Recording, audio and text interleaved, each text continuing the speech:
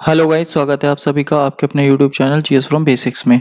और आज हम लेके आए हैं डेली करंट अफेयर 17 अगस्त 2022 के सभी इंपॉर्टेंट क्वेश्चन। साथ ही हम बात करेंगे इनके इंपॉर्टेंट फैक्ट्स के बारे में। तो गाइस, अगर आपने अभी तक हमारे चैनल को सब्सक्राइब नहीं किया है तो डेली करंट अफेयर के लिए आप हमारे चैनल को सब्सक्राइब कर लीजिए। यहाँ आपको डेली करंट अफेयर के साथ साथ वीकली करंट अफेयर भी मिलती रहेगी। तो चलिए गाइस, शुरू करते हैं हमारी आज की वीडियो। तो आज का हमारा पहला फर्स्ट क्वेश्चन है, 15 अगस्त 2022 को भारत ने कौन सा स्वतंत्रता दिवस मनाया? अब इस बार अगर देखा जाए 75वीं वर्षगांठ मनाई जा रही थी, तो इस चीज़ ने बड़ा ही कन्फ्यूजन पैदा किया है। तो अगर बात आती है, इस बार हमने मनाई है 75वीं वर्षगांठ। लेकिन अगर बात आती है स्वतंत्रता दिवस कौन सा है, तो इस बार का जो 15 अगस्त वाला है ये है हमारा 76वां। तो इस बार हमारा 76वां अगर देखा जाए, हमने 75 साल पूरे कर लिए, तो 75 साल पूरे कर लिए। लेकिन अगर देखा जाए जो हमारा 1947 में पहली बार बनाया गया था उसको काउंट करके अब तक अगर हम काउंट करें तो टोटल होगा 76। लेकिन 75 साल अगर देखा जाए तो 75 साल पूरे हो गए। इसीलिए आज़ादी का अमृत महोत्सव चल रहा था 75 सालों के बाद। और इसीलिए अगर हम बात करें इस बार जो स्वतंत्रता दिवस था वो कौन सा था, 76वें नंबर का। अब अगर हम बात करें कि जो हमारा इस बार का नरेंद्र मोदी जी ने भाषण दिया था लाल किले से, तो उन्होंने कौन सी बार दिया है, तो उन्होंने 9वीं बार दिया है। तो 9वीं बार प्रधानमंत्री नरेंद्र मोदी जी द्वारा भाषण दिया गया। लेकिन अगर हम बात करें सबसे ज़्यादा बार किसने भाषण दिया है लाल किले से, तो अब तक 17 बार भाषण दिया है जवाहरलाल नेहरू ने। तो सबसे ज़्यादा अभी तक जवाहरलाल नेहरू ने दिया है, 17 बार भाषण दिया है। और इस बार जो नरेंद्र मोदी जी ने भाषण दिया है हमारे प्रधानमंत्री जी ने, उसमें उन्होंने एक नया वर्ड ऐड किया है। तो जैसे हमारे यहाँ पहले एक नारा चलता था, जय जवान जय किसान जय विज्ञान, अब उसमें एक नया वर्ड जोड़ दिया है, जय अनुसंधान। तो नया वर्ड आपको याद रखना है, जय अनुसंधान। और 2019 में लाल किले से ही एक मिशन शुरू किया गया था, जल जीवन मिशन। तो जल जीवन मिशन 2019 में शुरू किया गया था। और हर घर जिल जिला अगर हर घर जल का जो अभियान था ये चल रहा था 2024 तक। और इसको पूरा कर लिया किसने, गोवा राज्य ने पूरा कर लिया है। तो ये बात भी आपको ध्यान रखनी है। नेक्स्ट है हमारा अगला क्वेश्चन, हाल ही में चर्चा में रहा निपम पहल किससे संबंधित है? तो निपम पहल जो संबंधित है वो हमारी बौद्धिक संपदा से। तो बौद्धिक संपदा सूचकांक की अगर बात आती है तो बौद्धिक संपदा सूचकांक यानी बौद्धिक संपदा से निपम जो है ये संबंधित है। अब इसमें था क्या, तो इसमें अगर देखा जाए निपम में क्लास 8 तक के बच्चों को बौद्धिक संपदा के बारे में, उनकी जो क्रिएटिविटी है उसके बारे में अवेयर कराना था। तो इसका टारगेट लिया गया था कि 10 लाख बच्चों को इसमें शामिल किया जाए और 2022 के लास्ट तक इसे पूरा कर लिया जाए। लेकिन इस टारगेट को 15 अगस्त तक ही पूरा कर लिया गया, तो लास्ट दिसंबर तक की जरूरत ही नहीं पड़ी। तो 15 अगस्त 2022 को ये टारगेट पूरा हो गया। इसके अलावा अगर हम बात करें निःशुल्क कोचिंग, तो निःशुल्क कोचिंग के लिए एक तो शुरू करिए उत्तर प्रदेश ने अभ्युदय, एक शुरू करिए राजस्थान ने अनुप्रति, और एक शुरू करिए हमारा छत्तीसगढ़ ने। तो अगर झारखंड ने कौन सी करी है, सीएम सारथी योजना। तो ये सभी आपको याद रखनी है। स्वास्थ्य की अगर बात आए तो स्वास्थ्य से संबंधित एक हमारी योजना है आयुष्मान भारत योजना। तो आयुष्मान भारत योजना जो है 23 सितंबर 2018 से रांची झारखंड से शुरू की गई थी। तो ये भी आपको याद रखनी है। नेक्स्ट है हमारा अगला क्वेश्चन, भारत की पहली अंडर वाटर मेट्रो सेवा किस शहर में शुरू होगी? तो पहली अंडर वाटर मेट्रो सेवा ये जो शुरू होगी, ये शुरू होगी कोलकाता में। और कोलकाता हमारा कहाँ पर है, ये हमारा है पश्चिम बंगाल में। अब कोलकाता में शुरू होगी तो पश्चिम बंगाल की बात आती है। और पश्चिम बंगाल में एक बंदरगाह भी है जो अगर देखा जाए हुगली बंदरगाह, हुगली नदी के तट पर है। तो ये हुगली नदी के आसपास अगर देखा जाए कोलकाता में शुरू होगी पहली अंडर वाटर मेट्रो रेल सेवा। और अगर हम बात करें पांडुचेरी की, तो पांडुचेरी देश का एकमात्र ऐसा केंद्र शासित प्रदेश है जो 3 राज्यों में फैला हुआ है। जैसे एक है केरल में माहे, और तमिलनाडु में कराईकल, और आंध्र प्रदेश में यनम। तो ये 3 बस्तियों में बटा हुआ है पांडुचेरी। कोच्चि अगर देखा जाए तो कोच्चि में अगर देखा जाए तो कोच्चि बंदरगाह भी है जो भारत में सबसे बड़ा रिपेयर के लिए जाना जाता है, तो कोच्चि बंदरगाह।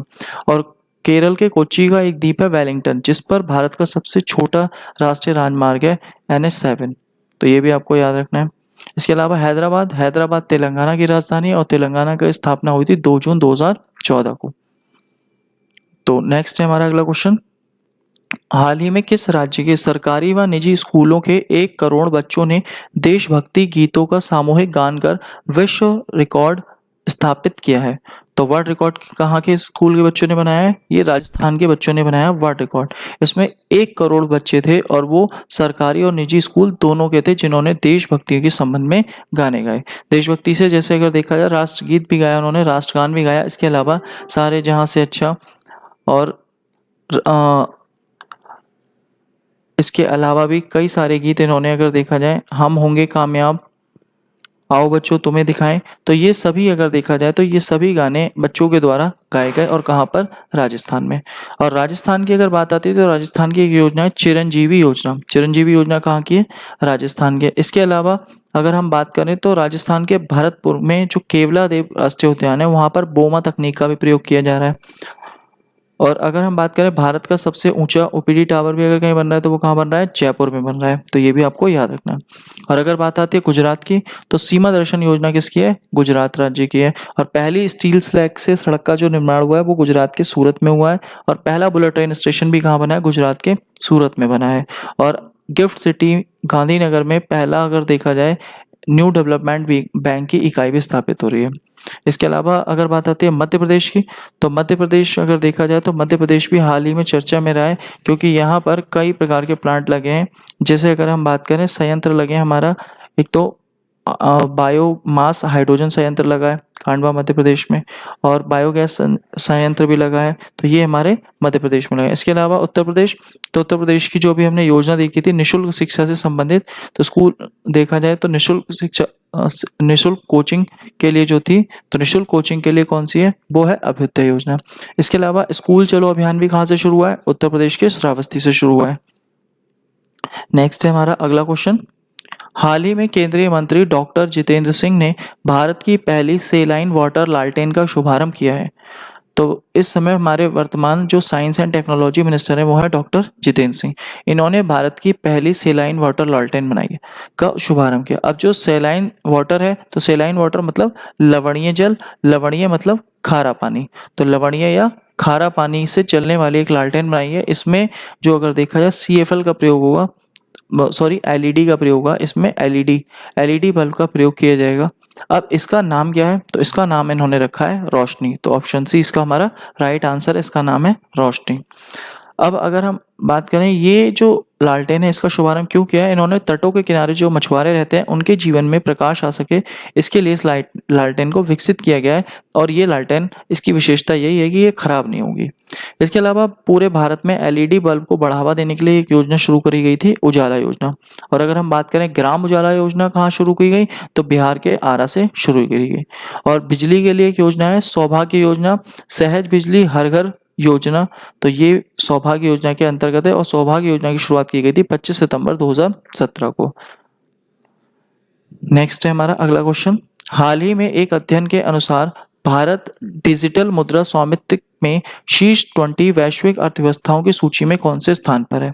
तो डिजिटल मुद्रा यानी कि डिजिटल पेमेंट या वर्चुअल पेमेंट यानी ई बैंकिंग, जो हम ई मनी होती है उसके ट्रांसफर के लिए अगर देखा जाए तो डिजिटल मुद्रा यानी इसमें सबसे बात आती है स्पेशली क्रिप्टो करेंसी की, क्योंकि क्रिप्टो करेंसी के ऊपर कोई रोक टोक नहीं है, उसमें कोई भी उतार चढ़ाव, उसकी कोई रेगुलेशन नहीं है, उसकी कोई अथॉरिटी नहीं है। तो इसमें क्रिप्टो करेंसी के मामले में 20 अर्थव्यवस्थाओं की सूची में भारत कौन से स्थान पर है? तो भारत इसमें 7वें स्थान पर है। पूरे विश्व की जो क्रिप्टो करेंसी है उसमें 7% अगर देखा जाए भारत का हिस्सा है, इसीलिए भारत है 7वें स्थान पर। और अगर हम बात करें पहले स्थान पर कौन सा देश है, तो पहले स्थान पर इसमें आता है यूक्रेन। पहले स्थान पर है यूक्रेन। और अगर हम बात करें यूक्रेन की कितनी भागीदारी है, तो 12% की भागीदारी है यूक्रेन की, और 7% की भागीदारी है भारत की। और 7% की भागीदारी के साथ जो भारत है वो है 7वें स्थान पर।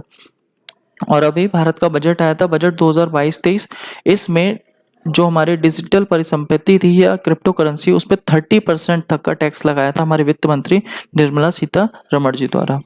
इसके अलावा भारत का पहला जो क्रिप्टो इंडेक्स है, क्रिप्टो करेंसी इंडेक्स है, ये किसने लॉन्च किया है? तो ये क्रिप्टो वायर ने लॉन्च किया और भारत का पहला क्रिप्टो करेंसी इंडेक्स है IC15। तो IC15 भारत का पहला क्रिप्टो करेंसी इंडेक्स है। इसके अलावा क्रिप्टो को पहला ऐसा कौन सा देश है जिसने लीगल बनाया है, तो वो है एल सल्वाडोर। तो एल सल्वाडोर ने क्रिप्टो को लीगल बना दिया है। नेक्स्ट है हमारा अगला क्वेश्चन। हाल ही में किस देश ने टाइगर रिजर्व देश TRCS की पूर्व शिखर बैठक की मेजबानी की?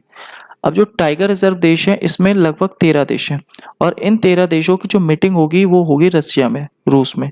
रूस में अगर देखा जाए तो रूस में व्लादिवोस्टॉक एक जगह है, व्लादिवोस्टॉक, वहां पर इसकी बैठक होनी है रूस में। अब उसी के पहले अगर देखा जाए एक समिट हुई है पूर्व शिखर सम्मेलन, पूर्व शिखर बैठक, तो ये कहाँ हुई है? ये भारत में हुई है। तो भारत द्वारा इसमें मेजबानी की गई है जो टाइगर रिजर्व से संबंधित है। अब टाइगर की अगर बात आती है तो टाइगर डे कब मनाया जाता है? ये मनाया जाता है 29 जुलाई को। T+2 अवार्ड किसे मिला है? तो ये सत्यमंगलम टाइगर रिजर्व तमिलनाडु को मिला है। इसके अलावा टाइगर प्रोजेक्ट कब से शुरू हुआ? 1973 से टाइगर प्रोजेक्ट की शुरुआत हुई है। और अगर हम बात करें बाघों की सबसे ज्यादा संख्या कौन से राज्य में, तो सबसे ज्यादा संख्या मध्य प्रदेश राज्य में, इसीलिए इसे टाइगर स्टेट भी कहा जाता है। तो ये सभी बातें आपको ध्यान रखनी है। नेक्स्ट है हमारा अगला क्वेश्चन, हाल ही में फुटबॉल का UEFA सुपर कप 2022 खिताब किसने जीता है? तो ये रियल मैड्रिड ने जीता है। तो यानी ऑप्शन ए इसका हमारा राइट आंसर है। रियल मैड्रिड वर्सेस था फ्रैंकफर्ट, तो फ्रैंकफर्ट इसमें हार गया और रियल मैड्रिड जीत गया। तो ये है विजेता और ये है उपविजेता। इसके अलावा फुटबॉल की बात आती है तो फुटबॉल की हमारी 75वीं संतोष ट्रॉफी किसने जीती है? केरल ने पश्चिम बंगाल को हराकर जीती है। तो 75वीं संतोष ट्रॉफी केरल ने जीती है। इसके अलावा फीफा वर्ल्ड कप 2022 कहाँ होगा? कतर दोहा में होगा। और अगर हम बात करें अंडर 17 महिला वर्ल्ड कप भारत में होगा। और इसके अलावा अगर हम बात करें 2021 में जो मेजर ध्यानचंद पुरस्कार दिया गया है वो कौन से खिलाड़ी को दिया गया है? तो वो सुनील छेत्री को दिया गया है। उनका नाम भी आपको याद रखना है। नेक्स्ट है हमारा अगला क्वेश्चन, हाल ही में जानी मानी शख्सियत सुबन्ना का निधन हो गया और वे थे, तो जो सुबन्ना थे ये एक पार्श्व गायक थे और ये पार्श्व गायक कौन सी भाषा के थे? ये थे कन्नड़ भाषा के। तो कन्नड़ भाषा के ये पार्श्व गायक थे और इन्हीं का हाल ही में क्या हो गया है? निधन हो गया है। और इनका नाम इसलिए भी फेमस है क्योंकि ये पहले ऐसे गायक थे जिन्हें राष्ट्रीय फिल्म पुरस्कार प्राप्त हुआ था। नेक्स्ट है हमारा अगला क्वेश्चन, हाल ही में किस राज्य ने अगस्त्य मलाई हाथी रिजर्व की घोषणा की है? तो अगस्त मलाई ये अगर देखा जाए तो ये केरल राज्य में भी लगता है और तमिलनाडु राज्य में भी लगता है। अब तमिलनाडु राज्य ने अपने वाले हिस्से का जो है अगस्त्य मलाई हाथी रिजर्व उसको घोषणा की है, उसको रिजर्व के रूप में। तो इसका आंसर हो जाएगा तमिलनाडु, जबकि ये है केरल में भी लेकिन तमिलनाडु ने ही केवल घोषित किया है और ये तमिलनाडु का 5वां बना है हाथी रिजर्व। तो अगस्त्य मलाई हाथी रिजर्व तमिलनाडु का 5वां हाथी रिजर्व बना है और ये हाथियों को बचाव के लिए बात करता है। और अगर हम बात करें जो हाथी है वो भारत का राष्ट्रीय विरासत पशु है। तो राष्ट्रीय विरासत पशु क्या है? ये हाथी है। और अगर हम बात करें अंतरराष्ट्रीय हाथी दिवस कब मनाया जाता है? तो ये 12 अगस्त को मनाया जाता है। और चेन्नई में, यानी जो अभी तमिलनाडु की बात आती है तो तमिलनाडु में चेन्नई, और चेन्नई में अभी हाल ही में शतरंज का 44वां ओलंपियाड हुआ था चेन्नई में, जिसका शुभांकर था थम्बी। और उसमें अगर बात आती है हमारे जो भारत के नए ग्रैंड मास्टर बने शतरंज के, जो हमारे 75वें ग्रैंड मास्टर हैं, तो वो हैं वी प्रणव, उनका नाम भी आपको याद रखना है। तो ये थे हमारे आज के सभी इंपॉर्टेंट क्वेश्चन। साथ ही हमारी लास्ट वीडियो का सवाल, हाल ही में किस नए virtual space museum spark launch किया है? तो किसने किया है? ये इसरो ने किया है। और हमारा आज का सवाल है, हाल ही में किस राज्य में एक विधायक एक पेंशन योजना शुरू की गई? तो इसका आंसर आपको हमारे कमेंट बॉक्स में देना है। साथ ही आज की PDF फाइल आप हमारे टेलीग्राम ग्रुप, व्हाट्सएप ग्रुप या इंस्टाग्राम या फिर डिस्क्रिप्शन बॉक्स में लिंक दिया हुआ है, आप वहां से भी डाउनलोड कर सकते हैं। और गाइस वीडियो अच्छी लगी हो तो प्लीज़ वीडियो को लाइक करें, शेयर करें, कमेंट करें और चैनल को सब्सक्राइब करें। Thank you guys.